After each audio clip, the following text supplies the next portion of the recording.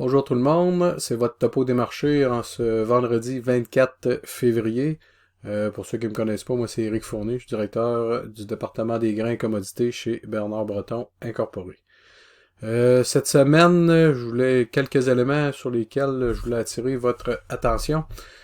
Comme à chaque année, l'USDA fait ce qu'ils appellent leur outlook, c'est-à-dire qu'ils font des prévisions, une première prévision de ce qui pourrait arriver, basée sur les historiques et sur une base plutôt économique. Donc on s'entend que c'est des valeurs plutôt théoriques, mais quand même ça nous donne un peu de quelque chose à travailler avant d'avoir le rapport officiel des intentions d'ensemencement prévu pour le 31 mars. On va aller voir ce que ça donnait. Je vais vous amener directement dans le dit rapport. Ici, le petit tableau qu'on a là, ce sont les ancrages anticipés du blé, du maïs et du soya. Pour ce qui est du blé, les ancrages passeraient de 45,7 à 49,5, ce qui est quand même une bonne augmentation. On parle ici de tout près de 4 millions d'acres de plus en blé. Au niveau du maïs, on passerait de 88,6 à 91 millions d'acres, donc pas tout à fait 2 millions d'acres de plus. Et ce serait le statu quo pour le soya. Au niveau des ancrages total des trois cultures, vous voyez que ce serait la plus grosse année depuis 2016. Vous voyez, 2016, c'est le chiffre qui s'en approchait le plus, à 227,6 millions d'acres. Là, on sera à 228, puis versus 221,8 l'an dernier. Donc, comme je vous dis, ces chiffres-là, il faut les prendre avec modération. Mais ça donne quand même une première idée, mais ça veut dire qu'il y aurait beaucoup d'ancrage de sommet comparativement à l'an dernier. On parle de 7 millions d'acres de plus là, pour les trois cultures, les augmentations combinées. Si on va voir maintenant les bilans, on a sorti aussi les bilans. Désolé, il faut que je revive dans les bons tableaux. Oups, ici on a notre bilan de maïs. Au niveau du maïs, les ancrages, bien évidemment, on reprend les chiffres qu'on avait tantôt, 91 millions d'acres, avec ce qui se perd en cours d'année, on aurait 83,1 millions d'acres récoltés. Les rendements, 181,5 boisseaux à l'acre versus 173,3 l'an dernier. Vous comprenez qu'avec un chiffre comme ça, on gonfle un peu la production. Hein. On parle de 15 milliards de boisseaux versus 13,7 l'an dernier. À 15 milliards de boisseaux, ce serait une récolte qui serait semblable à celle de 2021. Pour le reste, ça reste des prévisions très préliminaires, mais vous voyez qu'au niveau des exportations, on a quand même prévu une augmentation des exportations de 1,9 à 2,2 milliards de boisseaux. Ce qui fait que l'utilisation totale passerait de 13,9 à 14,5 milliards de boisseaux, mais pour des stocks qui seraient en hausse de tout près de 600 millions de 600 millions de 600 millions de boisseaux versus l'an dernier, donc on passerait de pas tout à fait 1,3 à 1,9 milliards de boisseaux, mais comme je vous ai dit, avec des rendements à 181,5, on comprend qu'on gonfle peut-être un peu. Ça prend des conditions idéales là, pour aller atteindre ces chiffres-là. Faites un petit calcul rapide tantôt. Si on diminue le rendement à 175, bon, on se retrouve avec un bilan en considérant les chiffres de demande identiques à ceux présentés ici. Ça nous ramène à notre bilan de 2022-23, quelque part autour de 1,2-1,3 milliards de boisseaux. Donc, même avec des ancrages plus importants, il faut que Dame Nature collabore si on veut une bonne augmentation des stocks, comme il est mentionné ici. Au niveau des prix, qui est la dernière ligne, vous voyez qu'il y a un impact important sur les prix. Hein. C'est 1,10 de moins du boisseau, le prix moyen payé à la ferme qui est prévu pour la récolte 2023. Maintenant, si on va voir du côté du soya, vous voyez que les chiffres sont assez... Au niveau des ancrages, mais très peu de changements. Le rendement, encore une fois, un rendement prévu à 52 boisseaux à l'acre, excusez, versus 49,5 l'an dernier. Donc, ça vient faire une augmentation de la production, vu l'augmentation du rendement. Pour le reste, là aussi, les exportations sont revues légèrement à la hausse, mais je vous dirais que c'est un chiffre qui est quand même très près de celui qui est prévu cette année, qui ferait des ending stocks qui passeraient de 225 à 290, donc c'est sûr que c'est pas une année où on repart dans l'abondance du soya aux États-Unis, mais quand même, ça continue d'augmenter les stocks si ces chiffres-là se réalisent, évidemment. Par contre, même si les stocks n'augmentent pas beaucoup, vous voyez que l'impact est quand même, en tout cas sur la prévision de prix, très important. Hein. On passerait de 14,30 du boisseau cette année à 12,86 du boisseau, excusez. Donc, ce serait un prix qui serait plus bas que même celui eu en 2021-2022. Maintenant, du tourteau de soya, on peut passer rapidement. Moi, ce que je regarde surtout là-dedans, c'est c'est surtout les ending stocks. Hein. Oui, peut-être une augmentation ici là, au niveau des stocks finaux et des prix. 40$ tonne courte de moins prévu pour l'an prochain. Versus un 450 cette année qui sera un sommet là, des 4 années qui sont présentées là, ce qu'on paye présentement là, au niveau du tourteau de soya. Ça, je vais passer rapidement. Au niveau du blé, avec l'importante augmentation d'ancrage prévue, donc avec des rendements quand même assez importants, là, 49,2, il faut reculer en 2020-2021, comme vous voyez ici, là, qui est à 49,7, on sera à 49,2, ce qui fait que la production serait tout près de 1,9 milliard de boisseaux. C'est la production la plus importante là, des dernières années.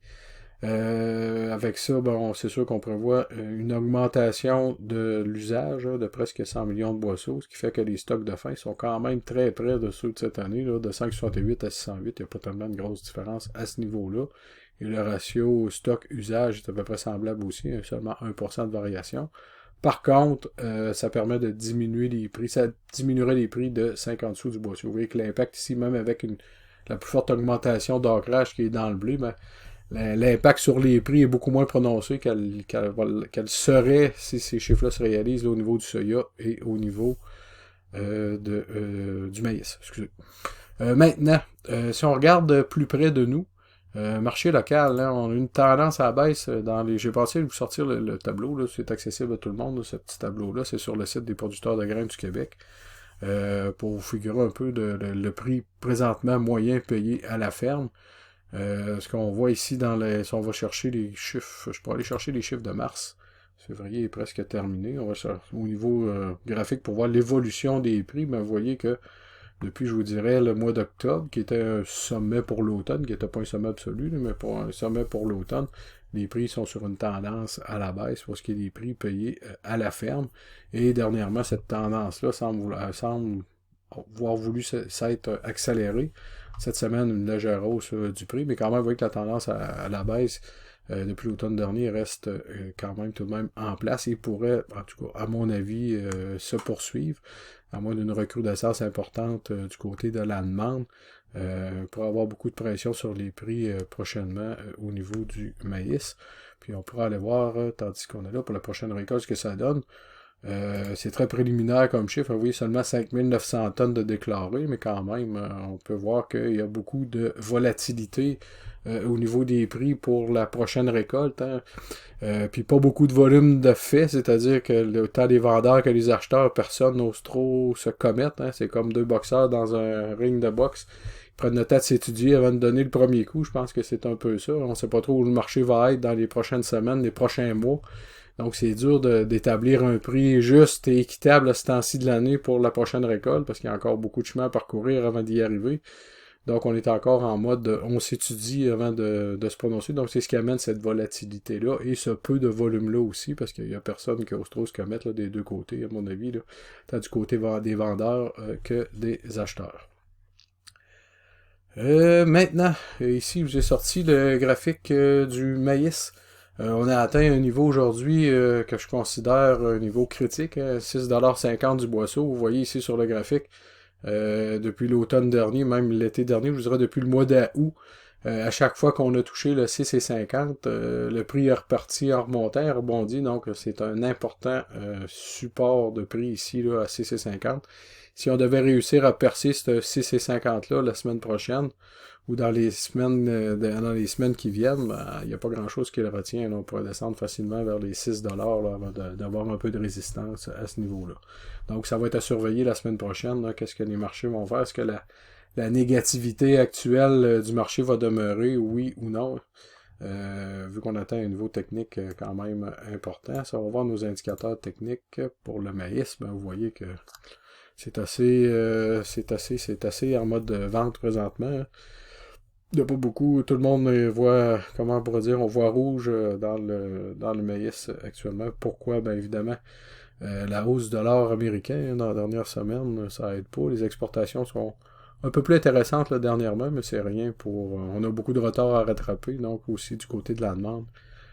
Pas très forte, il n'y a pas de fort mouvement tout d'un coup là, de demande de maïs américain sur le marché, donc tout ça mis ensemble, puis avec des prévisions comme on a vu là, hier, c'est l'USDA, quand on a publié ces chiffres-là, a fait reculer le marché, parce que c'est venu envoyer un signal au marché que possiblement on n'allait pas manquer de maïs l'an prochain.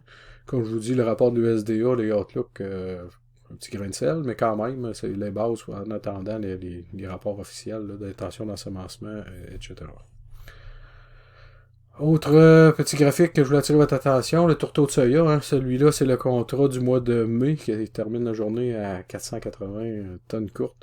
Le tourteau de soya semble pas vouloir dérougir, tant du côté technique que du côté des fondamentaux. Hein. Puis là, ce qu'on appelle les spreads des écarts se sont encore une fois ouverts dans les dernières semaines. Hein. Parce qu'en début l'automne dernier, les écarts étaient pratiquement tout près de zéro, entre 0 et 5 $. Là, on parle de 15 avec le contrat de mars qui va débarquer, celui de mai, là, plus ou moins quelques piastres, là, tout dépendant de la journée qu'on le regarde. Là. Mais tout ça pour dire qu'il y a une forte demande, ça veut dire qu'il y a une demande forte court terme qu'on veut combler, donc on est prêt à payer plus cher là et payer moins cher, donc pas encourager l'entreposage du stock, mais on va avoir du stock maintenant et pas dans d'autres mois. Donc, ce qui fait que présentement, l'écart s'est agrandi. Pour ceux qui vont rouler des contrats où c'est déjà fait, quand je parlais du 15$, ben, il est venu s'ajouter à votre base, ce 15$-là. C'est sûr que notre contrat de mai qui est à 480 et notre contrat de mars là, qui va débarquer prochainement, qui est autour de 490-495, il y a des fortes chances que notre 480 rejoigne le prix du 495 de mars. Donc, si vous avez roulé vos contrats avec 15$ d'écart, et oups, le contrat de mai s'envole vers le 495, bon, on parle plus de 15, mais on parle bien de 30$ plus dispendieux que ce que on aurait payé si les prêts avaient été fermés ou si les écarts avaient été beaucoup plus faibles entre les contrats. Donc les spreads aller jusqu'à maintenant, depuis l'automne dernier, ne nous causaient pas trop de maux de tête, mais ils recommencent à nous causer des maux de tête exactement comme l'an dernier. Puis ces spreads-là ont atteint des niveaux assez stratosphériques à l'été dernier. Donc c'est à surveiller dans les prochains mois si la situation ne se replace pas. Et ça va être important de mettre des stratégies en place là, si vous ne voulez pas subir ces spreads-là à la fin de chaque échéance. Le port, hein, après avoir connu des semaines plutôt difficiles, hein, des reculs, ben là, depuis une semaine ou deux, le prix a envie de repartir vers le haut. Le prix au comptant, hein, il est parti sur une tendance à la hausse. On parle d'une augmentation d'environ 5 sous la livre. Là. Je parle des 5 sous américains. Depuis qu'il a touché son cru, il y a de cela quelques semaines. Donc, la tendance pourrait s'avérer plutôt positive pour les prochaines semaines. C'est ce qui aide au marché à terme à progresser présentement. La découpe avait monté des beaux signes de hausse cette semaine, peut-être un peu plus mitigé, disons ça comme ça. C'est sûr que si la découpe devait plafonner ou repartir vers le bas, ben on a notre prix au comptant qui pourrait en subir les conséquences, qui pourrait avoir un impact aussi directement sur les marchés à terme. Ici, vous avez le graphique du contrat du mois de juillet 2023. Avec la devise d'aujourd'hui, ça nous donne un prix de 293,5 du 100 kg pour le mois de juillet. Donc, ce qui est des valeurs quand même très intéressantes pour l'été prochain. On a parlé de devises rapidement tantôt, mais le dollar canadien, depuis une semaine et demie, je dirais, là, vous voyez sur le graphique, hein, le dernier bout du graphique, a connu des temps plus difficiles. On a une divergence entre les politiques américaines et les politiques canadiennes de hausse de taux. La Banque du Canada avait déclaré qu'elle ferait une pause. Dernièrement, cette semaine, on a commencé à dire que peut-être elle serait obligée d'augmenter encore ses taux. Mais du côté américain, c'est clair que les hausses de taux ne sont pas terminées avec les données économiques qu'on a entre les mains. Ce qui fait que pour la devise canadienne, on connaît un recul. Là. Je pense que c'est une des principales explications pourquoi le dollar canadien a reculé autant dans les derniers jours. Tant et aussi longtemps que les politiques monétaires ne seront pas alignées, ça pourrait continuer dans la même direction. Reste à voir ce que la Banque du Canada va faire, mais le ton a commencé déjà à changer pour la Banque du Canada, mais je sais que du côté américain, on parle encore d'une augmentation d'un quart de point là, lors de la prochaine réunion. Ici, on avait dit qu'on faisait une pause, mais peut-être que la pause sera remise à plus tard et qu'on finalement on ira encore d'un quart de tour. On verra. C'est sûr qu'avec un dollar qui recule comme ça, si ça devait se poursuivre et continuer plus bas, c'est rien de bon pour l'inflation, hein, ce qui pourrait obliger finalement la Banque du Canada à réagir aussi vers le haut pour garder un taux de change quand même plus favorable pour les achats à l'extérieur. Mais vous voyez que sur le plan technique, hein, on a atteint un niveau à 73,5. Vous voyez, dans les derniers mois, quand on a touché le 73,5, le dollar canadien rebondit. Ça reste des données techniques. Je pense qu'ici, le fondamental va avoir beaucoup plus son mot à dire que le technique, mais en tout cas, c'est un élément que j'apporte à votre attention. Autre élément que je voulais parler sur la devise, ça vient de m'échapper. Désolé, ça arrive, hein, c'est les plaisirs de faire du live. Donc, à surveiller dollar canadien, oui. Maintenant, je terminerai là-dessus. Donc, encore une fois, si vous avez des questions, des suggestions, n'hésitez surtout pas. C'est toujours un plaisir de répondre à vos questions. Donc, si vous voulez me joindre, vous pouvez m'écrire au efournier@bernardbreton.com ou vous pouvez m'appeler au 418-475-6641, poste 147. Encore une fois, merci et je vous souhaite une très belle fin de semaine. Merci, bonjour.